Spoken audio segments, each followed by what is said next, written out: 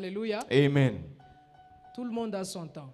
Umuntu wese ari ngaha arafise igihe ciwe. Et quand on parle du temps, Iyo turiko turavuga igihe, il y a la chronologie. hariho novuga nti uguhanahana kw'imyanya canke kw'igihe Saha. canke isaha. Dans le temps, il y a la chronologie.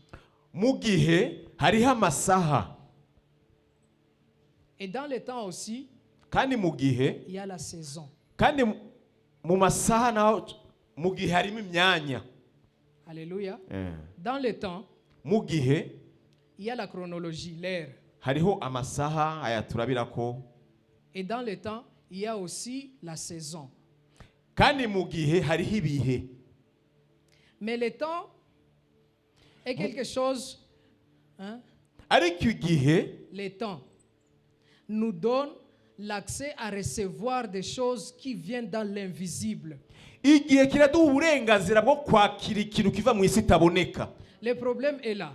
Ikibazo rero kiri hano, Si tu ne sais pas tu es dans quel temps, nimba udashobora gutahura igihe ugezemo, tu seras une personne qui perd son temps. uzoba umuntu atakaza umwanya wiwe. Alléluia. Amen. Alors que notre ennemi, le temps est notre ennemi, n'est pas notre ami. Hamwe n'ivyo igihe ni nk'umwansi wacu. Alléluia. Amen. Tout le monde a son temps. Umuntu wese arafise igihe ciwe. Est-ce que tu sais Wo- quelle est la définition de ton temps? woba uzi ico umwanya wawe usobanura? Tu sais de quel temps tu es? Urazi igihe ugezemwo ico ari cyo? Alléluia. Amen.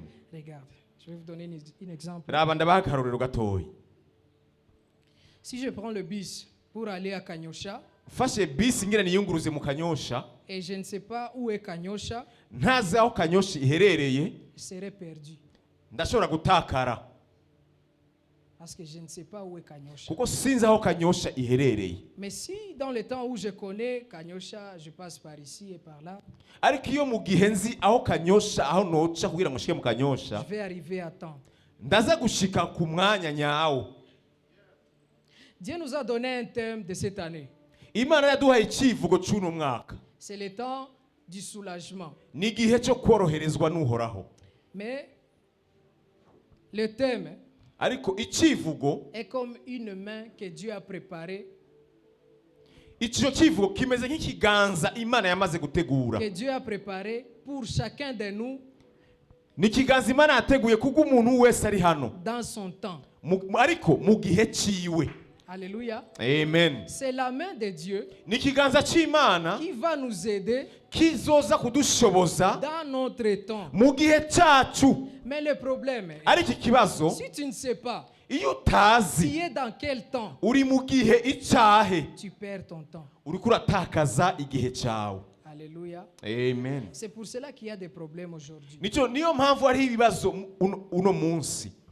Les gens se jettent dans des choses Abantu bita mu bintu batazi qui n'ont pas d'importance kandi bidakenewe parce qu'ils ne savent pas qu'ils sont dans quel temps. kuko batazi igihe bagezemwo ico ari cyo. Alléluia. Amen. Alléluia. Amen. Dieu nous a donné le temps. Imana yaduhaye rero igihe, Et le temps est notre ennemi. kandi igihe kimeze nk'umwansi kuri C'est twebwe. pour cela qu'avec le temps, il n'y a pas la pause. Nico gituma igihe kidafise akaruhuko, Pas de pause. nta karuhuko Si kigira. tu ne fais pas ce que tu étais obligé à faire aujourd'hui, Udakoze icyo wategerezwa gukora et uyu tu penses munsi, que tu vas le faire demain, hamwe ukibaza ngo uzogikora ejo, tu perds ton temps. uriko uratakaza umwanya, Tu perds ton temps. uriko uratakaza umwanya. Dieu même, Imana nayo nyene pour faire des choses, kugira ngo ikore ibintu il les envoie dans le temps, ibirungika mu gihe afin que quelque chose soit réalisable. kugira ngo ikintu bikunde ko gikorwa. Pourquoi? Kubera iki? Parce que sous les cieux, Munsi y'ijuru le temps est le chef. igihe niwe mushefu mukuru. Sous les cieux, Aha munsi y'ijuru le temps est le chef. igihe nicyo Mais gitegeka, en dehors du ciel, kandi utari munsi y'ijuru le naho temps n'est pas le chef. igihe nabwo ari umutegetsi. Mais nous aussi, Ariko twebwe nous sommes dans deux mondes simultanément. turi mu isi Dans le zibangatiranya, monde spirituel isi et dans le y'imwemu monde physique. n'isi Mais je y'umubiri. commence à vous parler dans le monde physique. Reka rero ntangure kubabwira mu bijyanye n'isi y'umubiri. Tu as le temps. mu isi y'umubiri urafise igihe Tu as le temps. urafise igihe Tout le monde a 24 heures.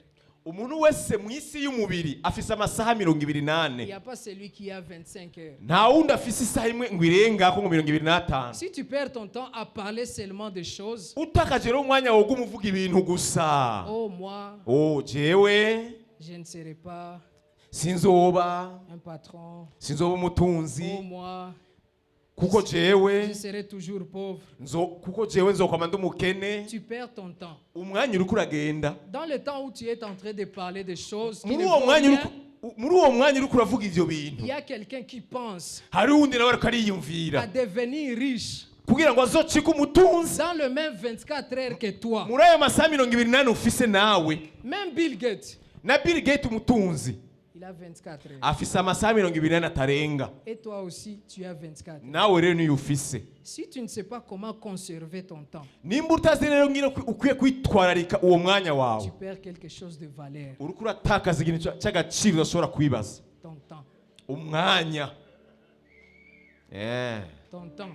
umwanya ni ikintu gifise agaciro uburyo ushobora Tu as kuvyibaza. 24 heures aussi. urafise amasaha 28 nawe Pourquoi être stoppé? kubera ko uhagarikwa, Pourquoi avoir des pensées négatives?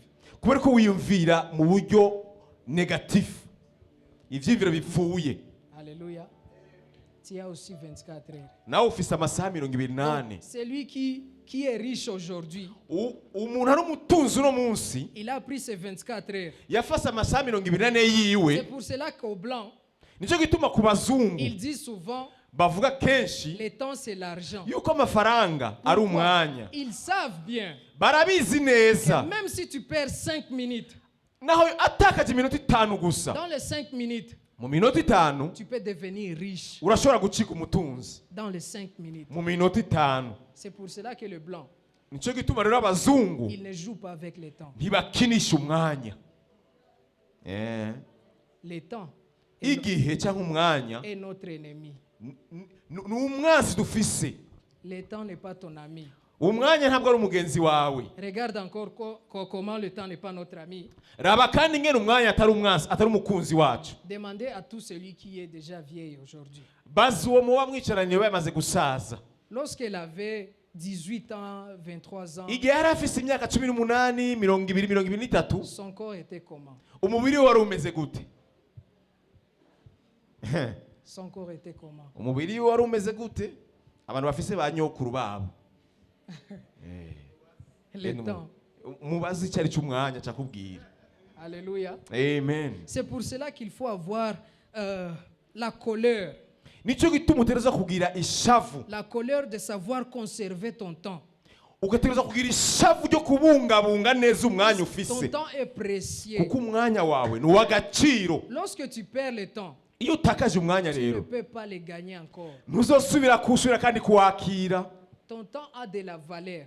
umwanya wawe ufise urafise agaciro Lorsque toi-même tu connais la valeur de ton temps. mu gihe nawe uzi agaciro k'umwanya wawe. C'est pour cela qu'il y a aujourd'hui des gens, si tu essaies seulement de les téléphoner, nicyo gituma uyu munsi ari abantu iyo ugerageje kubatelefona, allô, alo je veux qu'on parte quelque part. ndakeneye ko tuja ahantu, C'est lui qui connaît la valeur de son temps. umuntu azi agaciro k'umwanya wiwe Il te dira ses programmes. niwe azokubwira porogaramu ziwe. Mais celui qui ne sait pas même la valeur de son temps, aba umuntu nawe atazi agaciro k'umwanya wiwe il va te dire, acakubwira ah, oh Nico libre twende. ndidegeje mbwira tugende. Il ne connaît pas la valeur de ntazi agaciro k'umwanya. Alléluia. Ya. Le temps. umwanya.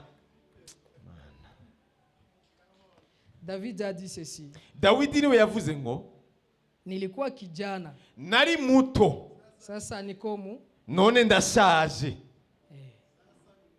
mzee. ubu ndashaje. Le temps. umwanya. Alléluia. Amen. Hautabakia jeune. nanjye umenga no kwigisha iyi message n'ukuri.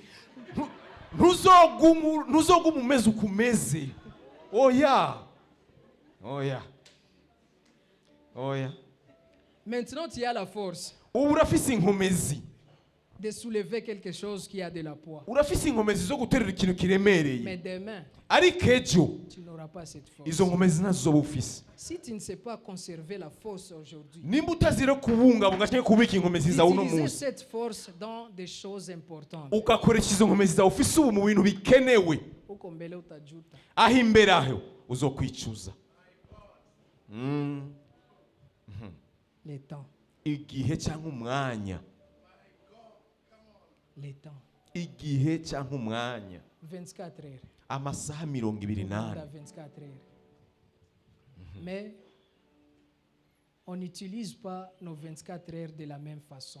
Dufise amasaha 28, ariko twese ntituyakoresha uburyo bumwe. Yes. Est-ce que c'est lui qui est... Donc, c'est lui que tu admires aujourd'hui, Uwo wiratira uyu munsi, peut-être dans l'œuvre de Dieu, canke mu gikorwa c'Imana, dans le business, mu buzi bwa misi yose, la personne uwo muntu a 24 heures comme toi. afise amasaha 28 nka wewe, Mais la façon dont il utilise ces 24 heures ariko aho mutandukaniye ni buryo mukoresha amasaha est 28. tellement différente de ta façon. Uko yakoresha we biratandukanye n'ingene uyakoresha. Pourquoi? Kubera iki? Parce que le temps Kuko igihe est précieux. ari ikintu c'agaciro gose. Le temps est plus que la richesse. Umwanya urasumba ubutunzi. Le temps est plus que la richesse. Umwanya urasumba ubutunzi. Parce que même la richesse Kuko n'ubutunzi est dans le temps. buri mu mwanya. Aucune chose dans ce monde Nta kintu na kimwe ngaha ku isi est en dehors du temps. kitari mu mwanya. Toute chose que vous voyez Ikintu cyose mubona se trouve dans le temps. kiri mu mwanya, canke cavuye mu mwanya, Se trouve dans le temps. kinyegejwe mu mwanya. Et le temps Kandi rero umwanya, possède des choses. pardon, Le temps possède des choses. umwanya urafise ibintu, Mais le problème est là. ariko ikibazo kiri hano. Le temps peut te donner des choses que tu ne veux pas. Umwanya urashobora kuguha ibintu udashaka, Et le temps peut te priver des choses que tu veux. kandi umwanya urashobora kukubuza ivyo ukeneye. Alléluia. Amen. Le temps. Umwanya, Toutes choses que vous voyez, le voiture, c'est dans le temps. imiduga yose muriko murabona mishashi ishaje iri mu mwanya. Et je vous demande, Reka ndababaze, celui qui a la voiture aujourd'hui, umuntu afise imodoka uno munsi, est-ce qu'hier tu avais la voiture? ejo hahise wari ufise iyo La modoka? réponse est non. D'où Inyishu est ni venue oya. cette voiture? Iyo modoka yavuye hehe?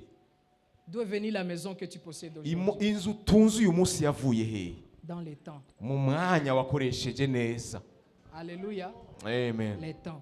Umwanya. Alors le temps Umwanya rero est comme une boîte conservatoire ni nk'isandugu. des choses que nous voyons aujourd'hui. Umwanya umeze nk'isandugu y'ibintu tubona uno munsi. Mais ce que je vais vous dire, Ariko icyo nkeneye kubabwira c'est la façon dont on peut être le maître du temps. ni ingene wocika umuntu aganza umwanya. Alléluia. Amen. Le maître de son temps. Umuntu agacika, umuntu aganza umwanya wiwe afise. Le problème est que Ikibazo rero ni uko on a donné nos temps à des personnes. twafashe umwanya w'iwacu tuwuha abandi bantu, Parce que nous-mêmes, kuko twebwe natwe, nous ne connaissons pas la valeur de ce temps. kuko twebwe ku giti cyacu ntituzi agaciro k'umwanya wacu dufise. Alléluia. Amen. Les temps. Umwanya, Les temps dans la chronologie. umwanya uri mu gihe, Le 24 heures. amasaha 28. Comment tu utilises ton 1 heure? Isaha yawe imwe uyikoresha gute? Comment tu utilises ça? Iyo saha yawe imwe uyikoresha gute? Qu'est-ce que tu fais dans 1 heure? Ni biki ukora mu isaha imwe? Une personne avait dit ceci: Umuntu umwe yaravuze ngo, si vous voulez devenir meilleur dans l'année, nimba ushaka gucika umuntu mwiza canke ateye imbere neza mu mwaka umwe, il faut savoir conserver ces 12 mois. utegereza kumenya ingene ubungabunga ayo mezi 12. Et pour conserver ces 12 mois, No kugira ngo ubungabunge ayo mezi 12, il faut savoir la valeur d'un mois. utegereza kubuza agaciro k'ukwezi kumwe. Et pour arriver à être le maître dans un mois, Kugira ngo ucike umuntu ashobora kuganza cyangwa akoresha neza ukwezi kumwe il faut aussi savoir la valeur d'une semaine. utegerezwa kumenya agaciro k'indwi imwe. Et pour être le maître d'une semaine, kugira ngo umuntu acika uganza il faut indwi imwe savoir la valeur d'une seule journée. utegerezwa kumenya agaciro k'umunsi umwe, Pas seulement d'une seule journée, apana gusa umunsi umwe, d'une heure, isaha imwe, 60 secondes. amasegonda 60. Alléluia. Amen. Aujourd'hui, tu es ici. C'est le temps. uno munsi iri hano turi mu Demain, turi tu mu ne seras pas mwanya, ici. ejo ntuzoba uri hano. Et la Bible dit ceci. Toute Bibi- chose Bibiliya reka tubwira ngo ikintu a cyose son temps. ikintu cyose cyashingiwe igihe Il cyacu. y a le temps de la naissance Hari igihe cyo kuvuka, et il y a le temps de la mort. hari n'igihe cyo gupfa. Laisse-moi vous dire. Reka ndababwira ikintu Dans kimwe. le temps de la naissance, Mu gihe cyo kuvuka, qu'est-ce que tu fais dans ta naissance, le temps là que tu existes dans ce monde?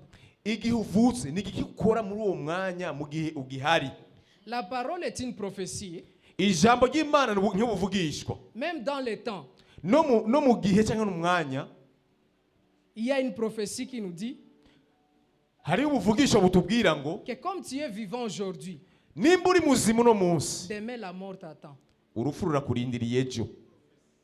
Mu buvugishwa. Alléluia. Amen. Abiombi bya itai tai Ntibikeneye ko umuntu arinda kujugumira cyangwa ibimenyetso. c'est la sagesse. Ni ubwenge. Uko muzima leo, Uyu munsi uri muzima, kesho utakuwa muzima. ejo urashobora kuba utari muzima. Kifo kinakuchunga. Hirya y'ejo hari urupfu. Me kitu gani uko unafanya kwa huyu muda wenye uko muzima? Muri uyu mwanya uri muzima uri ko kora iki? Qu'est-ce que tu fais? Umwanya wawe uri kuwukoresha iki? Il y a un temps Hariho igihe où le temps canke imyanya, ibihe, va ôter la vie. hari ibihe bigutwara ubuzima, Le temps, hari ibihe, le temps, hariho imyanya canke ibihe, umwanya utakunyanganya uzima, uwo mwanya uzokwaka ubuzima, ukupatie mauti, uguha urupfu. juu pako muda, Kuko hari igihe byashingiwe. pako muda wenye tulipewa. Hari igihe twahawe muri intervalle hagati y'ubuzima n'urupfu. Yes. Alléluia. Amen. Il y a le temps.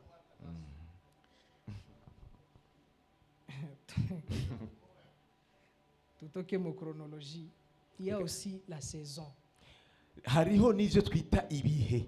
La saison est dans le temps. N'ibihe biri mu gihe. La saison, Ibihe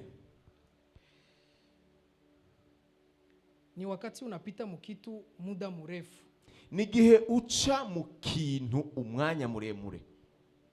Le temps te donne aussi la saison. Igihe kirashobora kuguha ibihe, Mais la saison est là ariko ibihe biri ngaho pour te former. kugira ngo bikwigishe. La saison est là. Ibihe cyangwa igihe kiri ngaho. La saison. Ibihe ikirundi gifite amajambo make nibaza ko ari ivyo nyene. Eh, Cyangwa imyanya. Cyangwa dukoresha imyanya. La saison est là pour te former. Imyanya iri ngaho kugira ngo ikwigishe. Il faut que tu passes dans la formation. Utegerezwa guca muri icyo gihe cyo kwigishwa, muri iyo myanya yo kwigishwa. Yes. Exemple de Joseph. Akarorero turabe kuri Yosefu. Joseph avait reçu une prophétie sur sa vie Yosefu yarakiriye ubuvugishwa bijyanye n'ubuzima bwiwe, que Joseph atakuwa mtu mkubwa sana. yuko azoba umuntu ahambaye gose. Mais il y a un temps de formation. Hariko hariho imyanya canke ibihe byo kwigishwa, La saison. byo gucugwa, byo kwigishwa. La saison. Ibihe. J'ai aimé 4 P sur le parcours de Joseph, les 4 P. Narakunze indome pe inshuro zine ku buzima bwa Yosefu.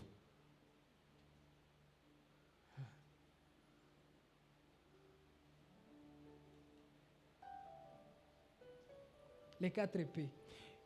Pe zine ziranga ubuzima bwa Yosefu. Pour Joseph, Ku buzima bwa Yosefu. il y a l'appui.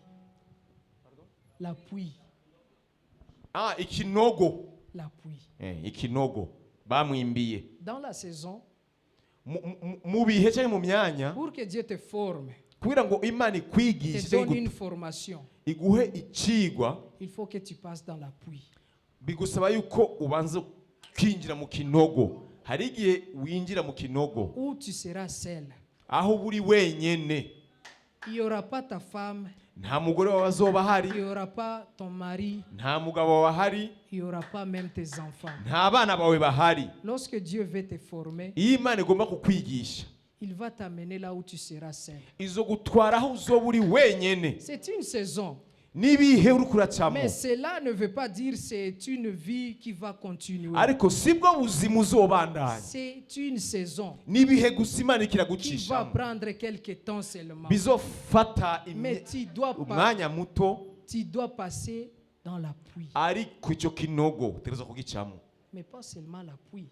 Kandi sinabwo ari kinogo gusa, Tu vas passer dans la maison de Potiphar. kandi iyindi pe igira kabiri ni kwa Potifari. Tu dois passer dans la maison de Potiphar. Utegereza kuca kwa Potifari. Il y a un temps où tu ne seras pas seul. Hari igihe utazoba uri wenyene, Dieu va t'amener au milieu des gens Imana ikagutereka hagati y'abantu qui vont te faire mal. bashobora kukubwira cyangwa bakakugirira nabi, Tu ne seras pas même libre.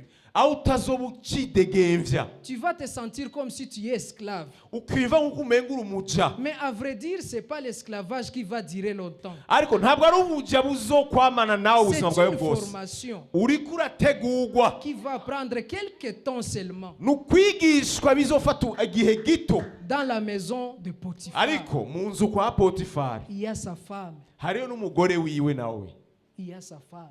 hariyo na muka Potifari. Alléluia. Amen. Il y a sa femme aussi.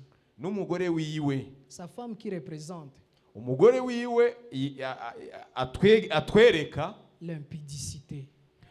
ukwandura cyangwa kwanduzwa. Mes frères, Muvukanyi, mes sœurs, bavukanyi bene mes data, mamans et mes papas, bamama banje bapapa je banje, vous dis la vérité. ndababwije ukuri, Le sexe aujourd'hui igitsina kino gihe ou l'impudicité cyangwa ukwanduzwa ubusambanyi est quelque chose qui tue de l'avenir. nicyo kiriko kirica kazoza k'abantu benshi.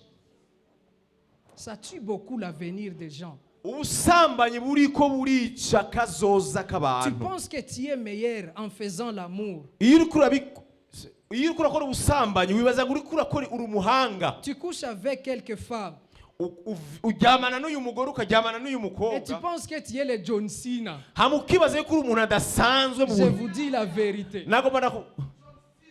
ukibaza ngo uri umugangi. Yes. Je te dis la vérité. Lorsque tu couches avec une personne, Iyo uryamanye n'umuntu, tu viens de transmettre quelque chose. iyo usambanye n'umuntu uba uriko uratanga ikintu kanaka. Proverbe dit ceci. Imigani iravuga ngo Ne se couche pas avec la femme, ntukaryamane n'umugore parce que w'icyigeze, tu vas donner ta vigueur. kuko inkomezi zawe uzoba uriko Tu urazitakaza. donneras ta force Inkomezi zawe à celui que tu uzozimusigira. viens de coucher avec. Uwo musambanye nawe uzomusigamo inkomezi zawe. Laisse-moi vous dire, Reka ndababwire, c'est la saison. n'igihe cyangwa n'imyanya La femme du Potiphar. muka Potifari nawe nyene ni ibihe uzoba uriko uracamo. Ni igihe ca muka Potifari. Yes. Okay. Sawa. Alléluia. Cyane kandi yasaze gose. Alléluia. C'est pour cela qu'il y a beaucoup de divorces aujourd'hui. Nico gituma harimo gutandukana kw'ingo, L'impudicité. gusambanya, kwanduzwa. Quelque chose qui va durer même au moins 1 heure ou 2 heures. Quelque chose qui dure 1 heure ou 2 heures. Ikintu gishobora kumara isaha imwe cyangwa amasaha abiri, Dans 2 heures, mu masaha abiri tu viens de perdre toute une vie. ugasanga mu masaha abiri utakaje ubuzima bwawe bwose. Dans 2 heures. Ni menshi.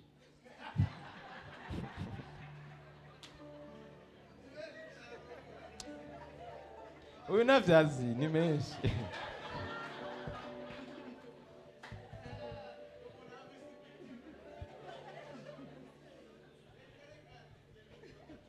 Muka Potifari akwica mu mwanya muto. Cyane gose. Alléluia. et tu donnes ta vie. hanyuma ugatusiga ubuzima bwawe bwose, Ta vie. ubuzima bwawe bwose Et tu es dans le risque. ukiyahura, Tu es dans le risque. ukubaho Tu ukiyahura, peux perdre une vie éternelle ukanahomba ubuzima budashira à cause du sexe seulement. kubwo gusambana gusa igitsina. Il n'y a pas seulement la maison du Potiphar. Ntabwo ari gusa kwa Potifari, Il y a la prison. no mu ibohero pe ya gatatu, muri prison. La prison existe. Ibohero rirabaho, Un temps où tu te sens comme si il n'y a pas de choses qui évoluent sur toi. igihe wumva umenga uri mu mbombane nta kintu na kimwe gitera imbere kuri wewe, C'est comme si la pauvreté est chez toi seulement. ukamenga ubukene bwacitse umurage, C'est comme si les problèmes te voient seulement toi. nk'uko umenga ibibazo birokariza wowe gusa. La prison. Iyo ni pe ya gatatu bita prison. Dans la prison, Mu ibohero rero il y a beaucoup de choses. Mais hari ibintu byinshi mu ibohero. sipendagi nipaingie. Sitaki hata kupaingia ile fasi. Prison harimo ibintu byinshi. Ya maprison ya mabwiza unakutana watu 10 kanyumba kaivi. Muri prison aya maborero yo mu bwiza ku mazone usanga akazu gato karimo abantu benshi, Kulala ni kupandiana. mujyama muhekanye ku migongo. Visanya. Ibihere. La prison. Ibohero, mu ibohero, kwisanga uri mu ibohero. Et la prison Kandi ibohero rero est la dernière étape. nigo kwigishwa kwa nyuma uciyemo. Il y a aussi devenir premier vice-président. Ugacucika rero vice president. Chegera cy'umwami, yo ni pe ya kane. Alléluia. Amen. C'est en rapport avec la saison. Ivyo vyose biri mu kintu bita igihe. La saison Cyangwa ibihe, est dans le temps. ibihe imyanya iri mu gihe. Et quand tu es dans la saison, Iyo rero uri mu myanya, ne te préoccupe pas à quitter dans la présence de Dieu. ntiwitwararike guhunga ubwiza bw'Imana. Ne te préoccupe pas même à écouter des gens autour de toi. Ntiwitwararike kumviriza abantu bagukikuje. Même ta femme, n'umufasha wawe, même ton mari. n'umutware wawe. Anaweza kuwa sielewi saison yenye uko napitia. N'umutware wawe birashobora gushika ntatahura igihe uri kuraca mu cyarico. Asibielewi. Ntabitahure. Unalala naye chumba kimoya, Mujyamana mu cyumba kimwe, kitanda kimoya, itanda kimwe, lakini asielewi magumu yenye uko napitia. ntatahura ibiri kuracamo. C'est la saison. Cyo ni ikintu bita igihe C'est dans le temps. kiri mu myanya. Le temps. Imyanya. Paulo anasema hivi. Paulo ni wavuga ngo Tukomboe nyakati, ducunguze umwanya wacu, kwa maana huyu muda ni mubaya sana. kuko iki gihe turimo ari igihe kibi, kidambidambi, ari igihe kibi. Tukomboe wakati. Ducunguze umwanya wacu. Qu'est-ce que Paul essaie de nous dire? Ni iki Paulo yaragerageje kutubwira? Paul essaie de nous dire ceci. Yashatse kutubwira ngo Prenez vos temps nimufate igihe cyanyu, et essayez de faire quelque chose qui a de la valeur. icyo gihe cyanyu mugikoremo ikintu gifise agaciro. Et ces choses qui auront de valeur Hama ivyo bintu bizoba bifise agaciro te permettra bizobashoboza dans l'éternité mu gihe kizoza cy'ibihe de kidashira recevoir la couronne. kugira ngo muhabwe igitsibo. Alléluia. Amen. Hizi taji zenye tunasimia tu banatuambiaga. Ibi bitsibo bariko baratubwira igihe Lorsque cyose. Paul disait à Timothée, Igihe Paulo yariko arabwira Timotheo, je viens d'achever mon parcours. ndarangije urugendo rwanje, La couronne m'est réservée. igitsibo cyaranteguriwe. Paul regardait la couronne, Paulo yaritegereza igitsibo, mais il était dans le temps. mugabo yari mu gihe ciwe. Ce qu'il faisait dans son temps, Icyo yakoze mu gihe il ciwe, essayait de faire quelque chose d'important. igihe ciwe yagikoresheje ikintu cy'agaciro. Paul n'a pas utilisé ce temps comme nous tous nous faisons, comme nous utilisons nos temps. Paulo ntabwo yakoresheje igihe ciwe nk'uko twebwe dusanzwe dukoresha C'est igihe pour cyacu. cela quelque part dans la Bible, Nicyo gituma muri Bibiliya ahantu hamwe handitswe Paul dit ceci. aho Paulo yavuze ngo toute chose m'est permis, ibintu byose mais ndavyemerewe toute chose n'est pas utile. ariko byose ntibingirire Pourquoi toute chose ikimazi. n'est pas utile? Kubera ko ibintu byose bitangirira Parce que ikimazi, mon temps est précieux. kuko umwanya wanje ni uw'agaciro. Dans le temps, Mu mwanya je wanje vais gagner la couronne dans l'éternité. nkeneye gutsindira igisibo cyo mu gihe cy'ibihe bidashira. Donc, la préparation de l'éternité Kwitegurira igihe kidashira est aussi dans le temps. biri muri uyu mwanya ndimwo. Si quelqu'un vient de perdre son temps, Iyo umuntu yatakaje umwanya wiwe, il vient de perdre aussi arashobora gutakaza les occasions pour recevoir la couronne dans l'éternité. arashobora gutakaza n'uburyo cyangwa uburenganzira buzomushoboza kugumbira igitsibo cy'ibihe Parce bidashira. qu'avec le temps, Kuko dukoresheje umwanya, le temps nous donne des occasions. umwanya uduha Et il y a des occasions. uduha uburyo akaryo. Et il y a des occasions. Hariyo uburyo Si tu cyangwa viens amaokasiyo, de les rater, uburyo ako karyo ugahushije, cette occasion ne reviendra encore. ako karyo ntigazova kagarutse. C'est pour cela que je vous dis, Nicyo gituma ndababwiye, la respiration que tu as aujourd'hui, impwemu uri kurahumeka uyu comme tu es munsi, vivant, nimba uri muzima, c'est l'occasion que le temps te donne. niko karyo igihe Et il kiguhaye faut avoir la sagesse. kugira utegereza kugira Dans ubwenge. ce temps, dans ce temps, Utegereza kugira ubwenge muri icyo gihe. tu viens de recevoir l'occasion d'avoir la respiration.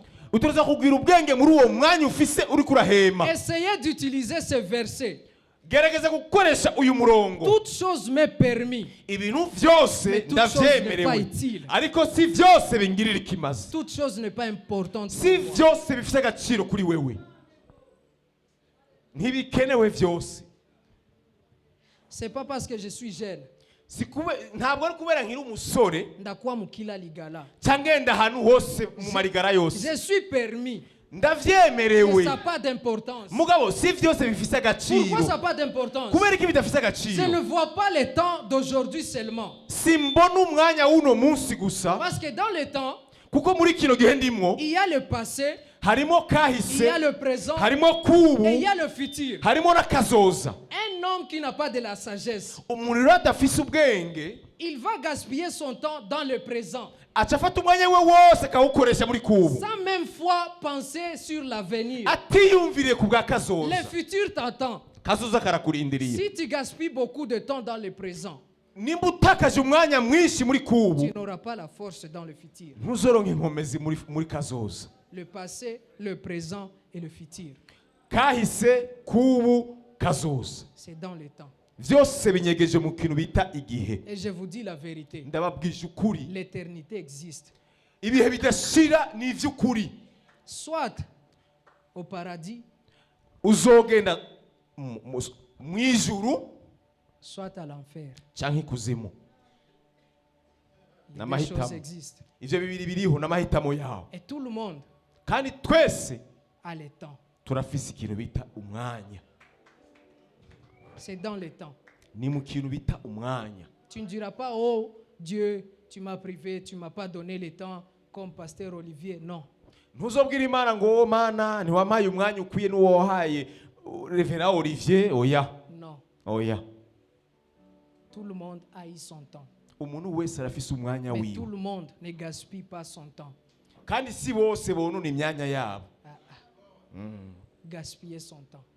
Ntibonona imyanya yabo. Il y a le futur.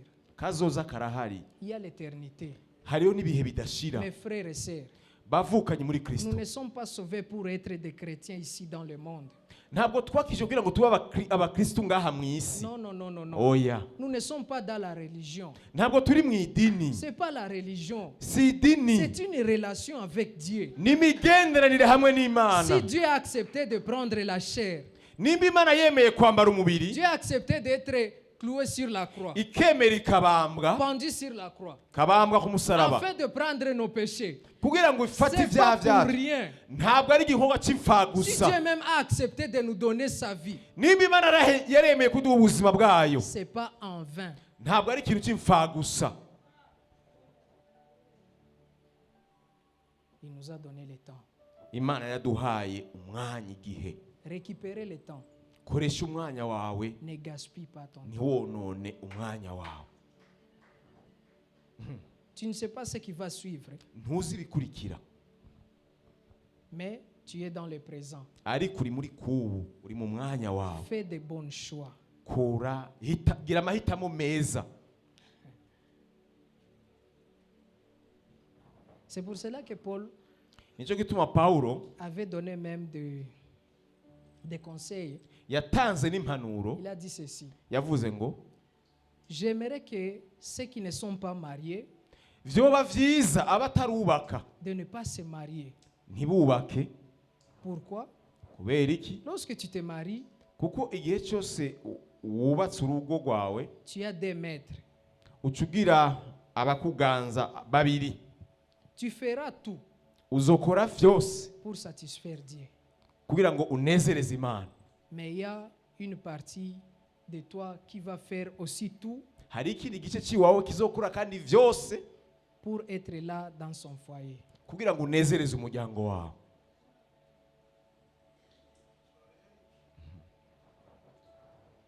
Paul a donné des conseils. Il a dit, Pawulo yatanze impanuro, yaravuze ngo si c'est possible, nimba vyokundira abantu j'aimerais que vous tous no vyoba vyiza mwese de ne pas vous marier. mutubatse ingo zanyu. Mugabo yavuze ndabivuze nk'umuntu, De ne pas vous marier.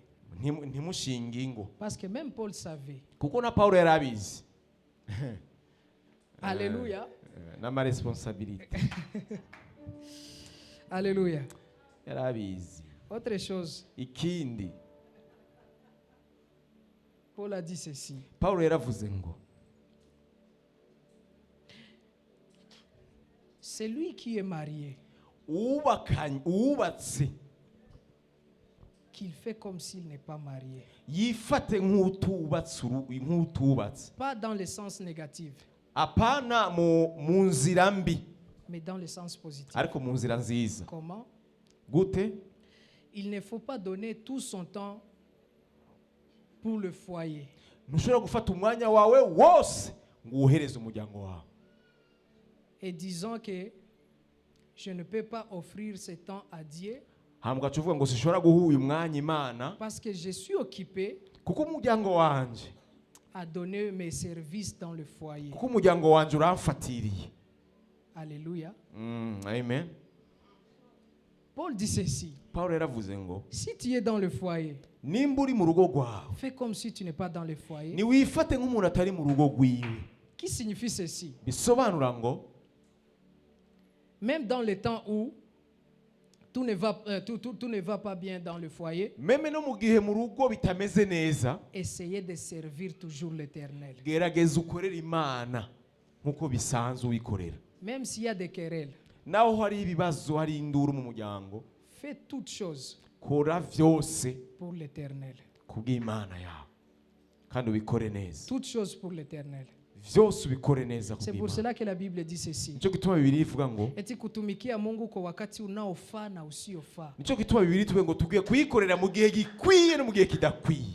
Wakati usiofaa Mu gihe kidakwiye ni pale kwenye uko munyumba ni haje uri mu nzu ushashwana, wamaze gutatana, lakini jana Mungu alikwambia ariko Imana ejo yarakuvugishije. uende kuhubiri pale habari njema. Genda hari ahantu uzuza kwigisha ubutumwa Ni bwiza. wakati usiofaa. Ico aho uri mu gihe Juu moyo kidakwiye, uliumia, kuko umubiri wa umutima wakomeretse, lakini juu ariko kuko mbingu hautaipata mufwaye yako. kuko ijuru utazoribona mu muryango Juu wawe, Mungu kuko Imana iko odela ya fwaye yako. Imana iri hanze, Wakati irarengeye. usiofaa Mu gihe kidakwiye utaenda kuhubiri. utegerezwa kuja kwigisha Haleluya. atavyitwazo, Wakati usiofaa. mu gihe kidakwiye. Acha nimalizie na hichi kitu. Reka nsozere mvuga iki kintu. Daniel 2:21. Daniyeli igice cya kabiri umurongo wa 21. Biblia inasema hivi. Bibiliya iravuga ngo Dieu est le maître des temps et des circonstances. Imana niyiganza imyanya n'ibihe. Dieu est le maître des temps et des circonstances. Imana niyiganza imyanya n'ibihe. Nous venons de Dieu. Twebwe twaje tuva ku Mana. Celui qui nous a engendrés, Uwatuvyaye c'est Dieu. ni Imana. C'est pour cela que je vous ai dit, Nicyo gituma ndababwiye ngo c'est pas l'affaire de la religion, ntabwo ari igikorwa cy'idini, c'est une relation, ni imigenderanire c'est une famille. n'umuryango. Dieu est devenu notre Père Imana yaracitse à data travers ce que Jésus a fait. biciye mu gikorwa Yesu Kristo yakoze. Et la Bible dit ceci dans 2 Pierre. Hama Bibiliya ikavuga mu gice cya kabiri cya Petero, Nous avons été faits de participants de la nature divine. twacitse abakira cyangwa abakira ubuzima budashe, akamere k'Imana. Nous participons dans la nature divine. Twacitse abafise akameremere k'Imana. C'est pour cela qu'après avoir recevoir Jésus, Nicyo gituma inyuma yo kwakira Yesu Kristo umwami n'umukiza, le Saint-Esprit t'engendre. mpwemu yera aca kuvyara, Tu deviens fils de Dieu. ugaca ucika umwana Et w'Imana. lorsque tu deviens fils de Dieu, Iyo ucitse umwana en w'Imana, toi tu possèdes la nature divine. uca ucika umuntu afise akameremere La k'Imana. puissance de Dieu Ubushobozi bw'Imana réside en toi. buba muri wewe. C'est pour cela que Jésus avait dit, Nicyo gituma Yesu yavuze ngo allez, nimugende, celui qui vous allez mettre vos mains, uwo muzorambikako ibiganza il sera guéri. azokira. C'est parce qu'en nous, Ni kubera muri twebwe il y a la puissance divine tugendana ubushobozi qui bw'Imana vient de la nature de Dieu. bwaje bukomoka muri kameremere k'ubumana dufise. C'est pour cela que je vous ai dit, nous sommes dans 2 mondes simultanément. Nicyo gituma nababare ngo turi mu masi abiri abangabanganye. Dans le monde invisible Turi cyarimwe mu isi et dans le y'umubiri monde visible. kandi turi no mu isi itaboneka. La Bible dit ceci, Bibiliya iravuga ngo toutes choses sous les cieux, ikintu cyose munsi y'ijuru, sous les cieux, munsi y'ijuru à son temps. cyashingiwe igihe Mais la cyacu. question est là, Ariko ikibazo ni iki: au-dessus du ciel, hejuru hanze y'isi le temps fait quoi? umwanya cyangwa igihe C'est gikora pour iki? cela que Daniel dit, Nicyo gituma Daniyeli yavuze ngo Dieu est le maître des temps et des circonstances. Daniyeli yavuze ngo Imana niyo ikuranya ibihe Qui veut dire, n'imyanya. Dieu est au-dessus du temps.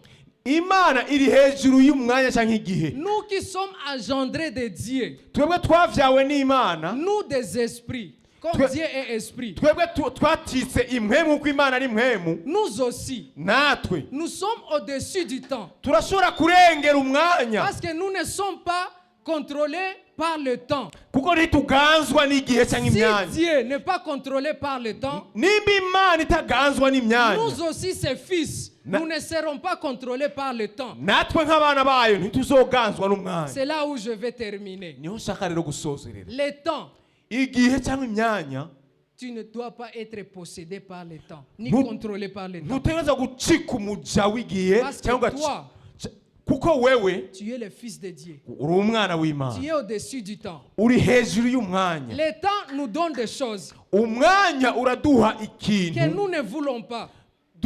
tudashaka, Mais par la puissance de la nature divine qui réside en nous, ariko kubw'akameremere k'ubumana kaba nous muri avons le twebwe pouvoir de changer les choses que le temps nous a données. turafise ubushobozi bwo guhindura icyo igihe cyaduhaye tudashaka. Le temps peut te dire Igihe kirashobora kukubwira ngo que comme tu es malade, kubera urwaye tu seras mort. uzopfa, Mais en dehors du temps, ariko hanze y'icyo la gihe nature nacyo divine de Dieu kameremere k'ubumana ne te nako dira pas que cette maladie c'est pour t'amener à la mort. ntikakubwira ngo iyo ndwara C'est izokwica. ce que Jésus avait dit. Nicyo Yesu yavuze. Non, non, non, Lazare, Lazaro, iyo ndwara Lazaro, c'est pour la gloire de Dieu. iyo ndwara ni bwo icyubahiro La gloire de cy'Imana. Dieu Icyubahiro n'est cy'Imana pas contrôlée par le temps. ntabwo kiganzwa Elle n'umwanya est cyangwa au-dessus igihe, du temps. kirarengeye, kiri hejuru y'igihe. Tant que des fils de Dieu, Rero nkatwe nk'abana b'Imana nous ne sommes pas obligés à être conduits ou contrôlés par le temps. ntidutegerezwa kuganza cyangwa kuyoborwa n'igihe, Parce que le temps kuko igihe ne nous donnera pas toujours ce que nous voulons. nikizopfa kiduhaye icyo dukeneye cyose Le igihe temps cyose. peut te donner des choses que tu ne veux pas. Igihe kirashobora kukuzanira ibintu Mais udashaka, si tu ne sais pas ta nature, ariko nimba utazi si tu ne akameremere connais pas kawe, ta position, nimba utazi pozisiyo tu uhagazeko, seras guidé par le temps. icyo gihe kizokuganza, Le temps kizokuyobora. regarde aujourd'hui. Raba uno munsi Le temps nous a dit qu'il y a la maladie amaso y'imbwa. igihe kiriko kiratubwira yuko ari indwara y'amaso. Le temps nous a dit qu'il y a maladie des chiens. Ego, igihe cyatwemeje ko hariho amaso y'imbwa. abantu bariko baragwara. C'est le temps. Ico ni igihe kiro Mais celui kiradutegeka. qui est en dehors du temps, Ariko uri hejuru arengeye il ne igihe peut pas être touché. ntavyemera ntafatwa. Pourquoi? Kubera iki? Parce que ça n'attire. Kuko akameremere kiwe Haimuruhusu akubali temps imukontrole. ntikamwemerera yuko ivyo bintu mufata. Yego. Anajirevolte mu kila kitu Aravyanka. Nico gituma ubona hariyo abantu tutaragwara. Nami ni mondani pasi.